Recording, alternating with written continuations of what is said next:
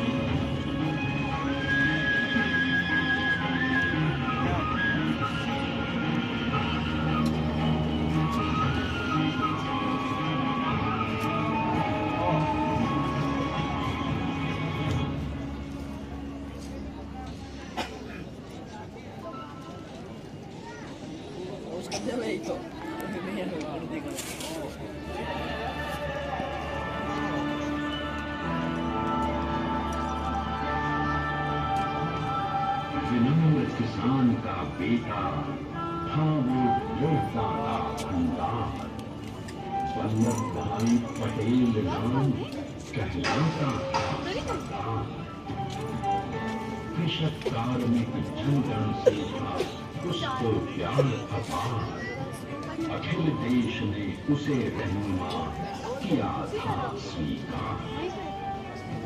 गांधी बापू का शिष्य, सत्य अहिंसा का अवतार, किंतु एक भारत करने को धर्मों का हथियार।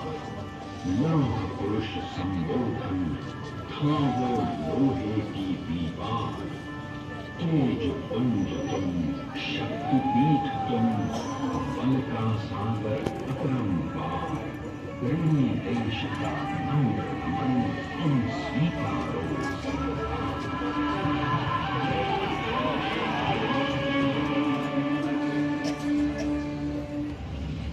1857 में अंग्रेजों को ललकारने वाले पहले स्वतंत्रता संग्राम के एक सक्रिय सिपाही थे छले भाई पटेल। करमसद गांव के इस बहादुर देशभक्त किसान और उनकी पत्नी राजबाई के 5 बेटों और एक बेटी में से चौथे पुत्र थे वल्लभ भाई। बालक वल्लभ ने करमसद के बाद नडियाद से अपनी हाई स्कूल की शिक्षा पूरी की। फिर 13 साल की उम्र में उनकी शादी भी हो गई, छोटी सी झलेबाई से।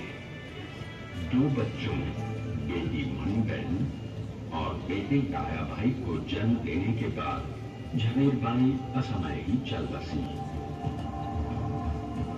सदी बदलने और 20वीं सदी आने पर उनका जीवन भी एक चमत्कार की तरह बदला। पीडीएफ का इम्तिहान पास करके वो वकालत करने लगे। पहले गोधरा, फिर आनंद और उसके बाद अहमदाबाद में। मगर जल्द ही वकालत छोड़कर वो बैरिस्टर बनने की इच्छा से इंग्लैंड चले गए। लंदन में बैरिस्ट्री में अव्वल आने और वजीफा जीतने वाले वो अनोखे भारतीय थे। अब तो अहमदाबाद की वरिष्ठ अदालत में बैरिस्टर पटेल की जय और जीतों की धूम मच गई।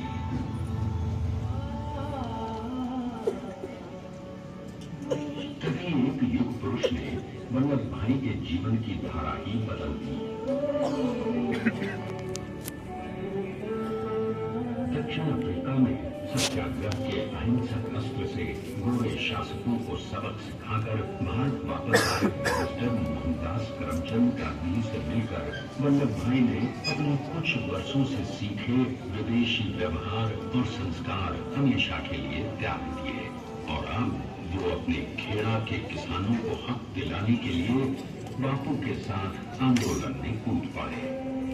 अब उनके पैरों में जूते नहीं, गांव की धूल थी। हृदय में भारत भूमि की शस्य श्यामला धरती। मन में थे गांधी और मस्तिष्क में एक नए स्वतंत्र भारत का सपना।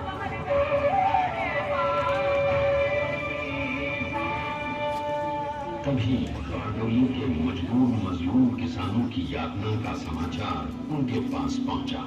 तुरंत वल्लभ भाई वहां पहुंचे और यूं शुरू हुआ भारत का सबसे बड़ा और सफल किसान आंदोलन बारडोली।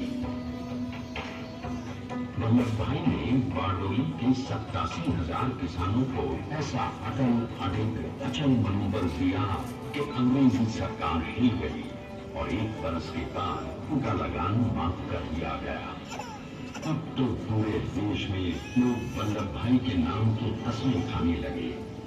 स्वयं महात्मा गांधी ने कहा, अब वल्लभ भाई मेरे शिष्य या साथी नहीं, सारे देश के सरदार हैं। और देश को मिल गया एक अनोखा असरदार सरदार।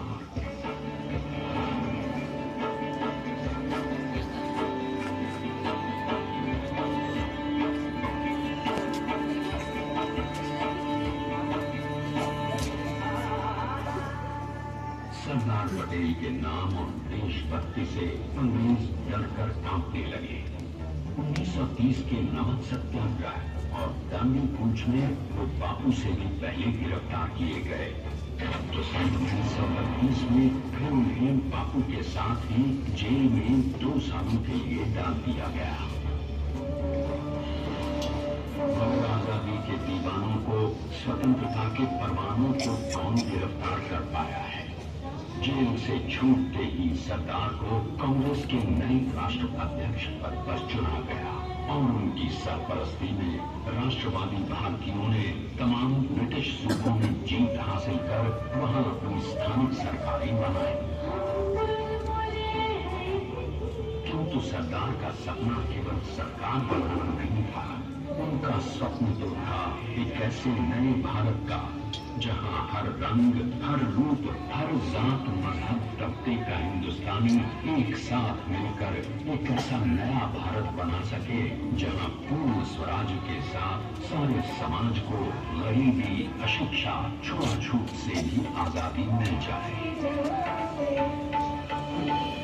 इसकी पहली रणनीति थी भारत को अंग्रेजों की गुलामी से आजादी, ताकि भारत के लोगों की अपनी सरकार सबके साथ और सबके विकास के लिए काम कर सके। बापू की अगुवाई में अब देश ने अंग्रेजों को अंतिम चेतावनी दे दी, करेंगे या मरेंगे, क्विट इंडिया, अंग्रेजों, भारत छोड़ो। बस फिर क्या था, संघर्ष की रणभेदी बची। 3 सालों के लिए सरदार पटेल को भी सत्याग्रही नेताओं के साथ जेल में ठूंस दिया गया। 2 सालों के बाद अंग्रेजों को बापू के सभी शिष्यों और साथियों को छोड़ना पड़ा।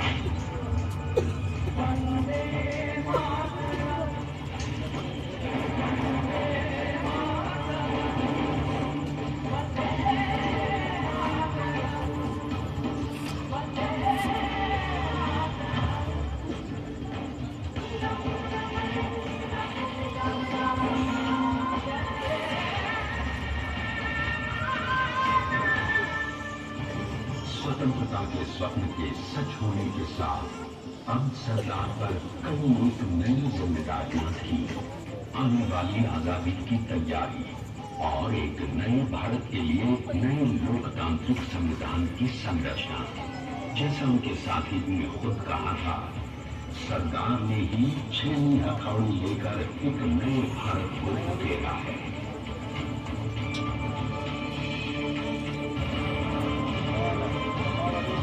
स्वाधीनता तो प्राप्त हुई, लेकिन खंडित भारत में भी उठते विभाजनवादी अंधकार को अभी दूर करना था।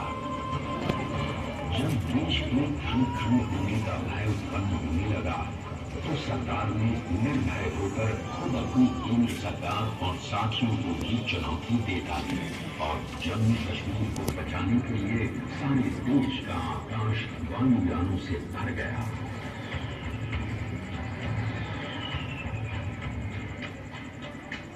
और फिर हैदराबाद और जूनागढ़ के भारत में विलयीकरण को पाकिस्तान से चुनौती मिली। सरदार चाहते थे कि देश की 1 इंच धरती अब और विभाजित नहीं होनी चाहिए। नए भारत को एक करने के लिए समझा बुझाकर मनाकर 565 रियासतों को सरदार ने अपनी सूझबूझ, सदाशयता, संबल से एक नए स्वतंत्र भारत का अभिन्न अंग बना दिया। हमारे इतिहास में अखंड भारत के पुरुषार्थ का ये एक महानतम अध्याय है। जैसा उन्होंने स्वयं कहा था, हमें नए धागों को पुराने ताने बाने में ऐसी पिरोना है कि एक दूसरे में गूंथ जाए और बेहतरीन बनावट वाला एक नया भारत उभर कर सामने आ सके। अंततः अपने वज्र दृढ़ संकल्प से एक नया विराट विशाल एक भारत श्रेष्ठ भारत बनाकर दिखा ही दिया सरदार ने। संसार के सबसे बड़े प्रजातंत्र के शिल्पी को प्रणाम करने के लिए देश ने बनाया है ये समर्थ स्मारक। स्वाधीन भारत को समर्थ भारत में बदलने वाले सरदार पटेल को समर्पित प्रेरणा की भी है। प्रधानमंत्री श्री नरेंद्र मोदी के नेतृत्व में बनी विश्व की इस विशालतम प्रतिमा के सामने आकर सारी दुनिया जैसे स्वयं ही नतमस्तक हो जाती है।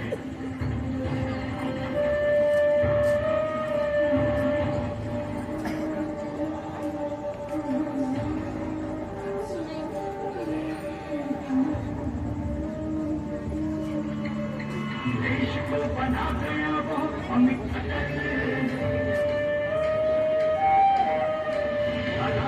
उसे न कोई शत्रु दल